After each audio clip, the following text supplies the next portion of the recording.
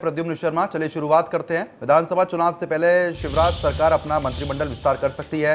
केंद्रीय हाईकमान से हरी झंडी मिलने के बाद मंत्रिमंडल विस्तार हो सकता है। तो आपको बता दें कि कयास ये लगाए जा रहे हैं कि कल विस्तार हो सकता है। राजेंद्र शुक्ला, गौरीशंकर बिसेन और राहुल लोधी मंत्री बनाए जा सकते हैं। मुख्यमंत्री शिवराज सिंह चौहान ने मंगलवार को राज्यपाल मंगूभाई पटेल से मुलाकात की थी। इसके बाद से ही मंत्रिमंडल विस्तार की चर्चा तेज हो गई थी। शिवराज कैबिनेट में अभी 4 मंत्रियों की जगह खाली है। माना यह भी जा रहा है कि मध्य प्रदेश के अलग अलग इलाकों से कुछ विधायकों को मंत्री बनाया जा सकता है। आपको बता दें कि गौरीशंकर बिसेन की बात करें तो वह बालाघाट से 7वीं बार के विधायक चुने गए हैं। वह 1985, 1990, 1993 और 2003 में विधायक चुने गए। विधानसभा की कई समितियों के सदस्य और सभापति रह चुके हैं। वो जिला सरकारी बैंक एवं भूमि विकास बैंक बालाघाट के संचालक और बालाघाट जिला बीजेपी के उपाध्यक्ष के पद पर रह चुके हैं। बिसेन 1998 और 2004 में लोकसभा का चुनाव भी जीते थे। उन्होंने 3 बार मध्य प्रदेश बीजेपी का उपाध्यक्ष उनको बनाया गया। राजेंद्र शुक्ला रीवा सीट से 4 बार के विधायक चुने गए हैं। वे विंध्याचल इलाके में भी बीजेपी का बड़ा चेहरा माने जाते हैं। राजेंद्र शुक्ला पहली बार 2003 में विधायक चुने गए। उसके बाद से वो लगातार चुनाव जीत रहे हैं। बीजेपी ने 2018 में रीवा जिले के सभी 8 सीटों पर कब्जा जमाया था। राजेंद्र शुक्ला पहले भी मध्य प्रदेश सरकार में मंत्री रह चुके हैं।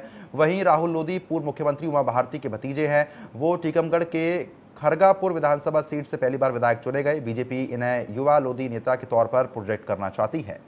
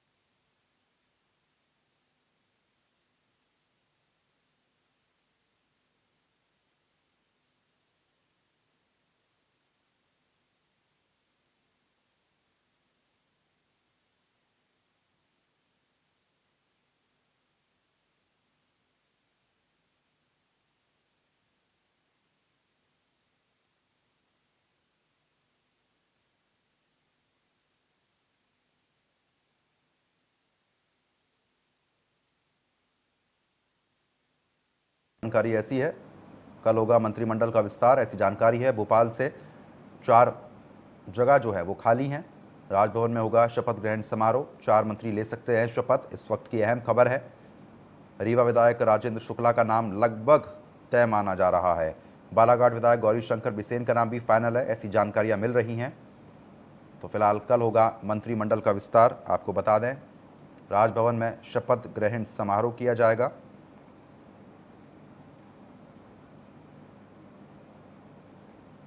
रीवा विधायक राजेंद्र शुक्ला का नाम तय माना जा रहा है, इस वक्त की अहम जानकारी है। बालाघाट विधायक गौरीशंकर बिसेन का नाम भी फाइनल है, ऐसी अपडेट मिल रही है।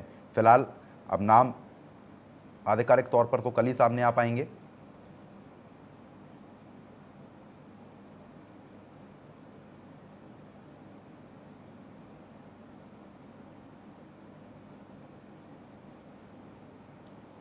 खास मेहमान भी हमारे साथ जुड़ेंगे, चर्चा को आगे बढ़ाएंगे। और इसी बीच खास मेहमान हमारे साथ जुड़ चुके हैं, उनका रुख कर लेते हैं।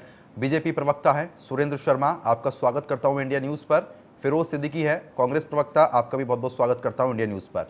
सबसे पहले सुरेंद्र शर्मा जी, आप ही के पास आऊंगा।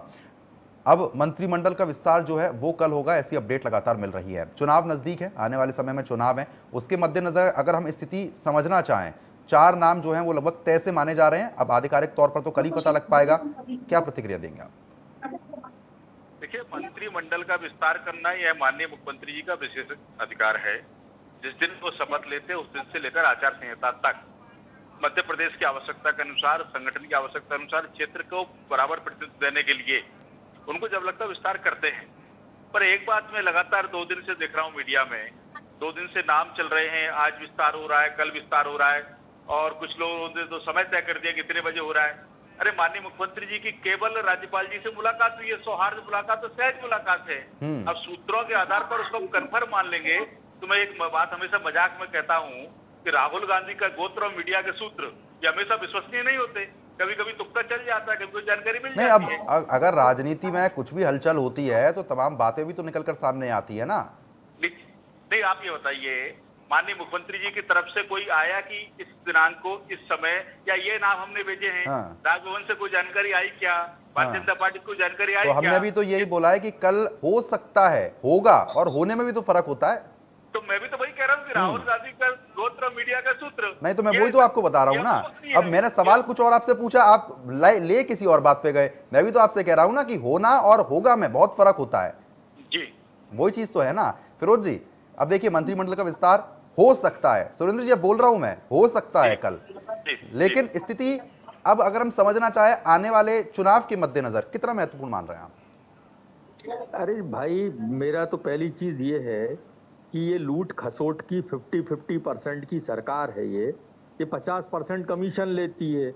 इनको हो सकता है हाथ कम पड़ रहे हो बटोरने में, क्योंकि आखिरी समय है, तो जनता को लूट लाट के भागना है, इसलिए इनको लोग कम पड़ रहे हो, इसलिए ये मंत्रिमंडल विस्तार कर रहे हैं। और मलाई जो है, मलाई खाने की बात हो रही होगी, इसलिए ये विस्तार कर रहा है। चला चली की बेला है इनकी। भारतीय जनता पार्टी विदाई की स्थिति में है। अगले महीने कभी भी आचार संहिता लग सकती है। 4 दिन से तो ये टक टक टक टक कर रहे हैं कि अरे वो हो रहा है, कल हो रहा है। भाई, अगर कोई खबरें मीडिया में चल रही हैं तो माननीय मुख्यमंत्री महोदय को स्पष्ट कर देना चाहिए, खंडन कर देना चाहिए कि नहीं, हमारे अंदर ऐसा कोई विचार नहीं चल रहा है। सभी लोगों से कह दिया गया है कि चुनाव में जाएं और चुनाव की तैयारी करें। लेकिन मुख्यमंत्री भी कुछ नहीं बोल रहे हैं। संगठन के प्रदेश अध्यक्ष से पूछो तो वो आधी बात हाँ कहते हैं, आधी बात वीडी शर्मा ना कहते हैं। तो भ्रम कौन फैला रहा है? भ्रम तो भारतीय जनता पार्टी फैला रही है लोगों में, और भारतीय जनता पार्टी के लोग फैला रहे हैं। गौरी शंकर बिसेन जी से बात हुई, गौरी भाऊ से, तो गौरी भाऊ ने कहा कि हमसे कहा गया है कि यहाँ रहना है और मैं इसलिए यहाँ रहा हूँ या यहाँ बैठा हूँ। तमाम समर्थक उनके बालाघाट से आ गए और आके बैठे हुए हैं, उनके बंगले में जमे हुए हैं कि गौरी भाऊ शपथ ले रहे हैं। तो मीडिया खबर क्यों नहीं बनाएगा? मीडिया की क्या गलती है इसमें? भाई, खंडन सरकार की तरफ से आना चाहिए ना। जिसको मंत्री बनना है वो तो कह रहा है कि मैं तो दूल्हा बनने के लिए तैयार हूं, मेरी तो हल्दी और मेहंदी लग रही है। तो फिर कैसे ये कैसे मान्य नहीं कर? अब हल्दी और मेहंदी लग रही, ठीक है, जवाब दीजिए सुरेंद्र जी। अब ये तो कांग्रेस के अंदर कितने दूल्हे सूट सिलाकर बैठे हैं, किसको हल्दी लग रही है, किसके बनना कब रहा है, किसकी बननी कब रही है, तो फिरोज भाई ज्यादा जानते हैं। किसका विवाह हुआ, किसका निकाह होगा, फिरोज भाई ज्यादा जानते हैं। भारतीय जनता पार्टी में हर कार्यकर्ता को उसकी योग्यता के आधार पर, गुण के आधार पर काम दिया जाता है। भोपाल बुलाना, मैं भी आज भोपाल में हूँ, तो क्या मुझे शपथ लेना है क्या मंत्रिपरिषद की? कार्यकर्ता कोई भी आएगा, संगठन के 50 काम होते हैं। कांग्रेस का पेट बदलने का हो रहा है। हमारी सरकार है, हम जिसको चाहेंगे उसको जब चाहेंगे तब मंत्री बनाएंगे। और ये चला चली की बात कर रहे हैं, कांग्रेस नेता प्रतिपक्ष नहीं बना पाएगी। चला चली की बेला है कमलनाथ और दिग्विजय सिंह की। मध्य प्रदेश की राजनीति से दिसंबर के महीने से कमलनाथ और दिग्विजय सिंह गायब होने वाले हैं। कांग्रेस नेता प्रतिपक्ष नहीं बना पाएगी, ये मेरा दावा। इन चुनाव में मुगाल से मत रहिए फिरोज भाई। फिर से भारतीय जनता पार्टी की सरकार बनेगी, फिर से सुशासन की सरकार बनेगी, फिर से गरीब कल्याण की सरकार बनेगी। ठीक है फिरोज जी। भाई साहब, हमारी क्या गलती है इसमें? आप हल्दी मेहंदी लगा के पंडित को न्योता भेज चुके, और पंडित जजमान से मिले आए जाके कि भैया आ जाओ, हमारे भोरे पड़वा दो। तो फिर अब हमारी गलती क्या है इसमें? आप स्पष्ट करिए ना, आप पार्टी प्रवक्ता हैं कि नहीं भाई, हम ऐसा कोई काम नहीं कर रहे हैं। आप भी तो दोनों बातें कर रहे हैं साथ साथ, तो दोनों बातें हो रही हैं, इसलिए मीडिया भी दोनों बात कर रहा है। वो भी एक कयास लगा रहे हैं, सूत्र लगा रहे हैं, अपनी बात कह रही है मीडिया। गौरी बाऊ का स्पष्ट बयान है, मैंने खुद ने सुना है कि हमसे कहा गया है कि आप भोपाल में ही रहेंगे, भोपाल से बाहर नहीं जाएंगे। अरे अब इसमें देखिए बात वही आती है ना फिरोज जी, इसमें मीडिया का तो रोल कहीं है ही नहीं ना। आप कोई जानकारी अगर सामने आ रही है तो उसको तो दिखाया जाएगा ना। भाई, अगर मीडिया को बहुत सारी चीजें चलाता है, अगर पार्टी असहमत होती तो खंडन कर देती है कि नहीं ऐसी कोई बात नहीं है, हम माननीय मुख्यमंत्री जी खंडन कर दें इस बात। अच्छा ठीक है, चलिए आप उस बात को नहीं, अब पार्टी के संगठन ठीक है। अब आप ये बताइए, जो 4 नाम चल रहे हैं सामने, आपको भी पता है, नाम हमको भी पता है, ठीक है, और लगातार उनका जो अनुभव है वो भी काफी अच्छा रहा है। लेकिन मौजूदा स्थिति में अगर हम चुनावी लिहाज से इसको समझना चाहें, क्योंकि आने वाले समय में इलेक्शन है, उस इलेक्शन के मद्देनजर आप क्या कुछ कहेंगे, क्योंकि देखिए आने वाले समय में इलेक्शन, उससे पहले तैयारी लगातार बीजेपी करती हुई नजर आ रही है। मुख्यमंत्री के भी कई दौरे चल रहे हैं, शीर्ष नेतृत्व भी लगातार नजर बनाया हुआ है मध्य प्रदेश में। देखिए, सवाल ये है कि ये जो सरकार है, ये सरकार जो किस मुद्दे पर चुनाव लड़ेगी, ये आज 45 दिन, जब चुनाव के 60 दिन रह गए तब भी इनको जो है पता नहीं है भारतीय जनता पार्टी को। ये हर बात में धीरे से डाल के देख रहे हैं, जैसे वो एक डगेन होती है ना, वो डाल के देख रहे हैं, पानी की गहराई नाप के देख रहे हैं। भारतीय जनता पार्टी इतनी बौखलाई और डरी हुई है कि अब उसको समझ नहीं आ रहा कि करना क्या चाहिए। उसको कोई कह देता है कि इनको मंत्री बना दो तो विंध्य में जीत जाएंगे, इनको मंत्री बना दो तो महाकौशल में जीत जाएंगे, और जनता के सामने मोदी जी कह रहे हैं कि परिवारवाद नहीं चलेगा। राहुल लोधी क्या है? परिवारवाद की निशानी है। 75 पार के लोग नहीं चलेंगे। गोरी बहू क्या है? 75 पार के आदमी है। फिर वो क्यों नहीं चलेंगे? और अगर ये लोग इतने ही काबिल थे तो इनको पहले ही मंत्रिमंडल में ले लेना चाहिए था। 4 बर्थ आपके पास खाली थी, और बर्थ 3 साल से खाली है, आप 3 साल से भर लेते। कांग्रेस को तो कोई इसमें आपत्ति नहीं है, ना तो ये निगम मंडल पूरे कर पाए, ना आयोग पूरे कर पाए। इनसे पूछिए कि महिला आयोग की अध्यक्षा कौन है, पिछड़े वर्ग आयोग का अध्यक्ष कौन है, अल्पसंख्यक आयोग का अध्यक्ष कौन है, नहीं पता। अपेक्स बैंक जो हमारा सबसे महत्वपूर्ण इकाई होती है सहकारिता की, अपेक्स बैंक का अध्यक्ष कौन है, मार्कफेड का अध्यक्ष कौन है, वो कौन से भोपाल दुग्ध संघ का और मध्य प्रदेश सहकारी दुग्ध संघ का अध्यक्ष कौन है? कोई पद, मतलब 70-80 पद तो इन्होंने वैसे ही छोड़ दिए। इनकी गुटबाजी, लड़ाई झगड़ा, आपस में जो जूतम पैजार है उसमें सब छूट गए, इसलिए ये 4 पद भी नहीं भरे। ठीक है, जवाब ले लेते हैं। बोलिए सुरेंद्र जी, बोलिए, अब जवाब दे दीजिए। भरे जा रहा है क्योंकि जूतम पैजार हो रही है पार्टी में। भारतीय जनता पार्टी सत्ता में फिर से आएगी गरीब कल्याण की नीति के आधार पर। भाजपा फिर से सत्ता में आएगी सुशासन के आधार पर। आपकी सरकार में गड्ढों में सड़क थी कि सड़कों में गड्ढे थे? आपकी सरकार में बिजली आती थी कितनी नहीं आती थी? आपकी सरकार में 23,000 मेगावाट बिजली बनती, 2300 मेगावाट बिजली बनती थी, 28,000 मेगावाट बिजली बन रही है। आपकी सरकार का बजट 23,000 करोड़ था, आज 2,30,000 करोड़ से ऊपर का बजट है। अरे हमने मध्य प्रदेश की तकदीर और तस्वीर बदली है। आज गरीब के चेहरे पर मुस्कान है। मध्य प्रदेश की जनता देख रही है कि आपकी 15 महीने की सरकार में किस प्रकार से वल्लभ भवन दलाली का अड्डा बना था। आपके 15 महीने की सरकार में मिस्टर बंटाधार और मिस्टर बंटाधार 2 ने कैसे प्रदेश को लूटा था। और ये मैं नहीं कह रहा हूं, आपके विधायक उमंग सिंगार ने कहा था कि मध्य प्रदेश में सबसे बड़ा कोई भूमाफिया है तो दिग्विजय सिंह है। आपकी सरकार में किस प्रकार से मध्य प्रदेश बदहाल हुआ था। आपके पास लोगों के स्वास्थ्य के लिए पैसे नहीं थे, लेकिन जैकलिन फर्नांडिस को पैसे और सलमान खान को पैसे देकर हाइपा कराने के लिए पैसे थे। आपने कैसे मध्य प्रदेश का विनाश किया था, आपकी दशा जानती है। निगम मंडलों की आप बात कर रहे हैं, अरे जरा आपने बेशरम कांग्रेसियों से कहिए तो बोर्ड का स्टे लेकर बैठे हैं। कितने निगम मंडलों पर, कितने आयोग पर कांग्रेस के लोग आज भी बेशर्मी से स्टे लेकर बैठे हैं। छोड़िए, आपने लोगों के अड़ंगे अटकाने का काम किया है, हमने तो लोगों के विकास का काम किया है। जिसको जैसा योग्य है मध्य प्रदेश की सेवा जो जैसे कर सकता है वैसे सेवा करने का काम भारतीय जनता पार्टी के कार्यकर्ताओं ने, भाजपा के मंत्रियों ने, भाजपा के मुख्यमंत्री ने किया है। हम फिर से आएंगे और मध्य प्रदेश में जो इस बार जो कमल खिलेगा, मध्य प्रदेश में एक नया सवेरा लेकर आएगा। ये मध्य प्रदेश देश का नंबर 1 विकसित राज्य बनेगा। ये मध्य प्रदेश स्वर्णिम मध्य प्रदेश बनेगा। मध्य प्रदेश इतिहास की एक नई गाथा लिखेगा इस बार। कितने साल में बनेगा स्वर्णिम मध्य प्रदेश? कितने साल में बनेगा? ये तो 2008 से चिल्ला रहे हैं आप कि स्वर्णिम मध्य प्रदेश बनेगा। नहीं, वो तो कह ही रहे ना कि भैया देखिए लाडली बहना योजना भी चल रही है, तमाम योजनाएं चल रही है, और हम लोगों की जो सरकार जब मौजूदा स्थिति में है तो बेहतर प्रयास हो रहे हैं, और आप लोग बौखला गए। 1000 रुपए मिल रहे थे, 1000 रुपए मिल रहे थे, बहनों को 1000 रुपए थे, और 1000 रुपए में 200 रुपए बहन जो है वो सिलेंडर के जीजा से ले रही है, तब जाके वो सिलेंडर भरवा पा रही है। ये स्थिति है। हमारे जमाने में 400 रुपए का सिलेंडर था। ये इसका जवाब देखिए, जमाने तो फिर बीत जाते हैं ना। ये डैम बनाओ, डैम बह जाता है, पुल बनाओ, पुल बह जाता है, अस्पताल बनाओ, छत गिर जाती है, ठीक है। और ये देखिए जहरीली शराब से लोग मर रहे हैं। इनकी ये स्थिति है, इनकी ये स्थिति जो एम्स का, ये आपकी सरकार है। आपकी सरकार में आपकी पार्टी की पदाधिकारी सरला मिश्रा की सरेआम हत्या कर दी गई, ऐसा कोई पता नहीं चला। ये आपकी सरकार है।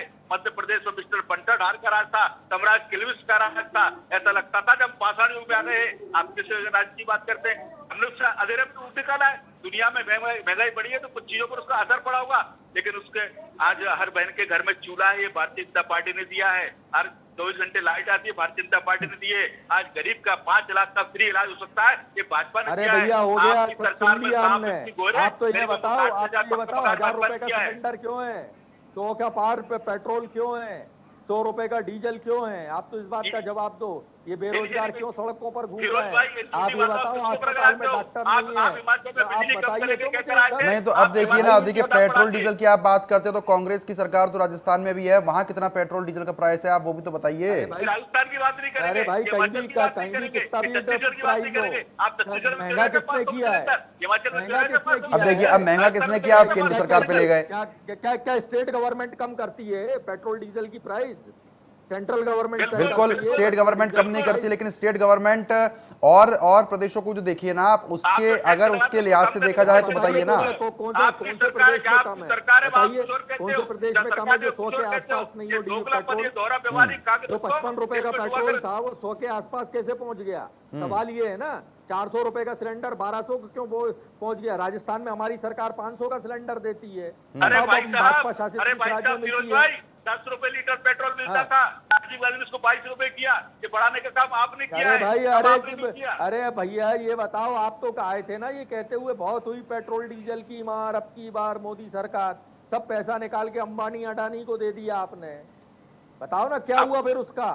आप तो ये वायदा करके आए थे ना, बहुत हुई महंगाई की मार, अब की बार मोदी सरकार, बहुत हुआ महिला पे अत्याचार, अब की बार मोदी सरकार। महिलाएं बैठी हुई है, रेसलर जो है जंतर मंतर पे बैठी है। अडानी बनाया मनमोहन सिंह सरकार ने। कमलनाथ तो पूछ लो, मेरे सामने तो कह रहे हो कमलनाथ की सरकार में मध्य प्रदेश को कौन लेकर आया? अडानी को फायदा किसने पहुंचाया? अरे व्यापारी किसी की सरकार में आएगा आपके संबंध में? खरीदी हुई सरकार जो है, व्यापारी और व्यापार का काम करता है। आप तय कर दो, खरीदी हुई सरकार है ये, और खरीदी हुई सरकार जो है ऐसे ही काम करती है। छिंदवाड़ा में कौन लेके आया? खरीदी हुई सरकार ऐसे ही काम करती है। खरीदी हुई सरकार ऐसे ही काम करती है। यहाँ मोदी जी की भी नहीं चलती। वो परिवारवाद की बात करने आते हैं। राहुल लोधी जो है वो मंत्री पद की शपथ ले रहे हैं। वो 75 पार की कहते हैं, 75 पार के लोगों को टिकट नहीं देंगे। अब देखिए ये बात जो उमा भारती के भतीजे हैं राहुल सिंह लोधी, अब ये बात तो बात उठेगी ना। देखिए अब वो भी कह रहे हैं कि परिवारवाद का आप विरोध करते हैं, अगर आप जगह दे रहे हैं अब उस पर भी तो सवाल उठेगा ना सुरेंद्र शर्मा जी। हम परिवारवाद का कोई विरोध नहीं करते, हमने तो कभी नहीं कहा परिवारवाद। हम कहते हैं कि अगर कोई नेता का लड़का है तो नेता बन सकता है, डॉक्टर का लड़का डॉक्टर बन सकता है। ठीक है ना? डॉक्टर बनने से इनको चुप कराइए भाई साहब, या तो इनसे बुलवा लीजिए या मुझसे बुलवा लीजिए। नहीं फिरोज जी, मेरा सवाल सुरेंद्र शर्मा जी से ही था, आप गलत ले गए, मैं आपके पास दोबारा लौट रहा हूँ। अच्छा, सुरेंद्र जी देखिए ना, परिवारवाद का विरोध तो आप लोग करते ही है ना। अब देखिए वही चीज फिरोज साहब कह रहे हैं कि भाई अब राहुल सिंह लोधी का नाम लगभग तय माना जा रहा है, भतीजे हैं उमा भारती के, तो परिवारवाद तो यहाँ भी आ ही रहा है ना। राहुल लोधी का किसी से पहली बात तो सन्यासी का कोई रिश्ता नहीं होता। माननीय उमा जी सन्यासी है, वो घर परिवार छोड़ अरे वाले रिश्ते तो होते ही है ना, ऐसी बात थोड़ा ना कि रिश्ता खत्म हो जाएगा। उमा जी ने कोई रिकमेंडेशन किसी की नहीं की, ना वो करेंगी। दूसरी बात, राहुल लोधी विधायक बना क्यों रहे उनको? एक मोर्चे के प्रदेश के उपाध्यक्ष हैं, तो और भी तो सीनियर विधायक हैं। और दूसरी बात फिरोज भाई, मैं आपको शुभकामनाएं देता हूँ। भोपाल उत्तर से आप कांग्रेस के प्रत्याशी बने। क्या आरिफ अकील का पट्टा है? क्या उसके बेटे का पट्टा है? नहीं तो क्या हुआ?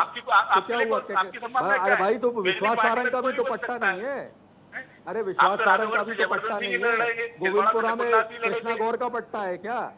अरे हमें वही पूछ रहा हूँ, कृष्णा गौर का पट्टा है क्या गोविंदपुरा में? शुभकामनाएं आपके साथ है, आप उत्तर से कांग्रेस में टिकट लेकर भाई कृष्णा गौर का, आरिफ अकील के बेटे को टिकट मिलेगा। आप तो अपनी बात कृष्णा गौर का पट्टा है क्या? हमारी पार्टी में योग्यता के आधार पर कांग्रेस का अध्यक्ष सोनिया गांधी का बेटा ही बनेगा, बेटी बनेगी आगे चल के। अभी ठीक है, आपने बलि का बकरा ढूंढ लिया। नेहरू जी से इंदिरा गांधी से राजीव गांधी की बाद आपने पीछे कहीं दुर्घटना बस आप नरसिम्हा राव को ले आए, बाद में फिर सोनिया गांधी, ऐसे दुर्घटना बस आप इनको ले आए खड़गे जी को, बाद में फिर प्रियंका गांधी, राहुल गांधी। आपके यहाँ कांग्रेस का अध्यक्ष एक परिवार से पैदा होता है, भारतीय जनता पार्टी का बूथ का अध्यक्ष भी किसी भी हमारे अध्यक्ष जो है चुन के पैदा होता है। हमारे आप यहाँ तो ये चुन के बताइए, पैदा अरुण होता है यादव, अध्यक्ष। अरुण यादव के भाई सचिन हमारे यादव को टिकट मिलेगा कि नहीं मिलेगा? खड़गे जी जो है चुन के अध्यक्ष बने, खड़गे जी को चुना खड़- गया है, हम सब जून 2000 डेलीगेट्स के ने बाद तब वो खड़गे जी अध्यक्ष कितने बने। दिन रहेंगे?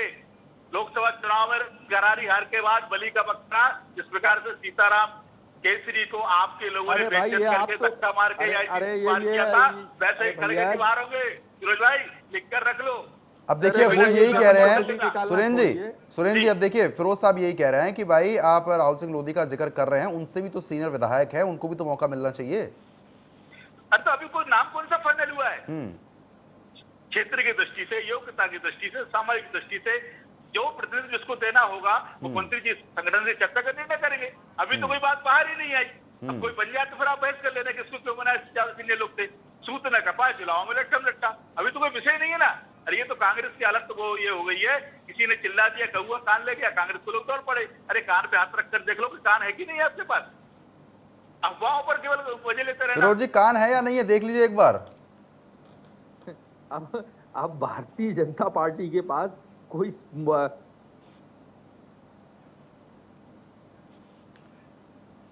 फिरोज जी से संपर्क टूट गया, दोबारा संपर्क साधने का प्रयास लगातार किया जाएगा। सुरेंद्र शर्मा जी लगातार बने हुए हैं हमारे साथ, उनका रुख कर लेते हैं। सुरेंद्र जी देखिए, जिस तरीके से हम लगातार चर्चा जरूर कर रहे हैं, लेकिन जो नाम लगातार सामने आ रहे हैं, देखिए गौरी शंकर बिसेन का नाम यहाँ पर सामने आ रहा है, इन पर काफी अच्छा अनुभव रहा है राजनीति में, और भी तमाम यहाँ पर नाम सामने आ रहे हैं। ये कहा जा सकता है क्या कि कुछ और सीनियर लोगों को भी मौका मिलेगा? देखिए निश्चित तौर पर भारतीय जनता पार्टी में कोई भी निर्णय एकाएक नहीं होता। हर निर्णय की एक प्रक्रिया होती है। ये बात सच है कि माननीय मुख्यमंत्री जी का किसको मंत्री बनाना नहीं बनाना उनका अपना विशेषाधिकार है, लेकिन एक कार्यकर्ता के नाते वो भी सबसे चर्चा करेंगे। और ये विषय आता है कि भाई मंत्रिमंडल विस्तार करना है, तो सबसे चर्चा करके आधार पर, संगठन की आवश्यकता के आधार पर, सरकार की आवश्यकता के आधार पर और मध्य प्रदेश का विकास और हम इन लोगों के साथ बेहतर कर सकते हैं, इस आधार पर, गुण दोस्त के आधार पर इसका और अच्छा परफॉर्मेंस हो सकता है, सब समग्र चर्चा करते हुए निर्णय होगा। अभी तो समय है, अगर ऐसा कोई निर्णय होता तो सबके सामने आएगा। एक पुरानी कहावत है कि उसका उल्लेख शायद यहाँ करना ठीक नहीं है, कि सब बातें जो आगे चल के सामने आ जाएंगी, तो जो होगा वो सामने आ जाएगा। उसमें क्यों चिंतित होना, उसमें क्यों चिंता करना। पर इतना मेरा वादा है कि भाजपा जो भी निर्णय करेगी, माननीय शिवराज सिंह जो भी निर्णय करेंगी, वो मध्य प्रदेश के हित में होगा, वो जनता के हित में होगा और वो बेहतर से बेहतर होगा। ठीक है, लेकिन हम देखिए अगर कांग्रेस का हम जिक्र कर लेते हैं यहाँ पे, क्योंकि चुनाव के मद्देनजर आपके प्रयास देखने को मिल रहे हैं, कांग्रेस भी प्रयास कर रही है, जो एकजुटता होनी चाहिए नेताओं में मध्य प्रदेश कांग्रेस में, वो है? नहीं देखिए, मध्य प्रदेश में तो कांग्रेस में अपनी अपना राग है। अरुण यादव का अपना सिस्टम चलता है, कमलनाथ जी का अपना चलता है, राहुल भैया का अपना चलता है और दिग्विजय सिंह का अपना चलता है। अरुण यादव कैसे उन घाव को भूल सकते हैं कि उनका लोकसभा का उपचुनाव में टिकट पक्का था, उनकी लोकसभा थी और कमलनाथ ने टिकट काटकर किसी और को दे दिया। अरुण यादव ने स्वयं ये कहा था कि मेरी खड़ी हुई फसल को कमलनाथ काट कर ले गए। पिछली बार कांग्रेस की जो प्रत्याशी थी छाया मोरे पंडारा विधानसभा से, वो अरुण यादव की समर्थक है, वो कांग्रेस छोड़कर भाजपा में शामिल हो गई है। कांग्रेस में एक तरह से आपस में एक दूसरे को निपटाने का और निपटाने का नहीं, कमलनाथ सोच रहे हैं मेरे बेटे का भविष्य कैसे सुरक्षित हो, दिग्विजय सिंह सोच रहा है कैसे मेरे बेटे का भविष्य सुरक्षित हो। ये 23 की लड़ाई नहीं है, ये कांग्रेस में 28 और 33 की लड़ाई चल रही है, जिसका दुष्परिणाम कांग्रेस को भुगतना पड़ेगा। गोविंद सिंह कुछ और अलग चल रहे हैं, गोविंद सिंह बयान देते हैं, कमलनाथ प्रदेश अध्यक्ष उनसे पूछते ही नहीं है क्या कहना चाहते हैं वो। तो निश्चित तौर पर कांग्रेस में जितना आपसी अंतर्द्वंद है, कांग्रेस मध्य प्रदेश में इस चुनाव में नेता प्रतिपक्ष भी नहीं बना पाएगी, ऐसा मैं महसूस कर रहा हूं नीचे जनता से आ रहे फीडबैक के आधार पर और कांग्रेस के नेताओं की हरकतों के आधार पर। चलिए ठीक है, अब समय कम है, आपको रोकना चाहूंगा। सुरेंद्र जी आपका बहुत बहुत शुक्रिया हमारे साथ जुड़ने के लिए और इस चर्चा का हिस्सा बनने के लिए। और जिस तरीके से आपने देखा, क्योंकि देखिए अभी जो तारीख है वो यहाँ पर सामने नहीं आई है, लेकिन प्रयास जो है वो लगातार देखने को मिल रहा है। देखने वाली बात ये होगी कि किसका नाम जो है वो फाइनल होता है। अभी के लिए इतना ही, नमस्कार।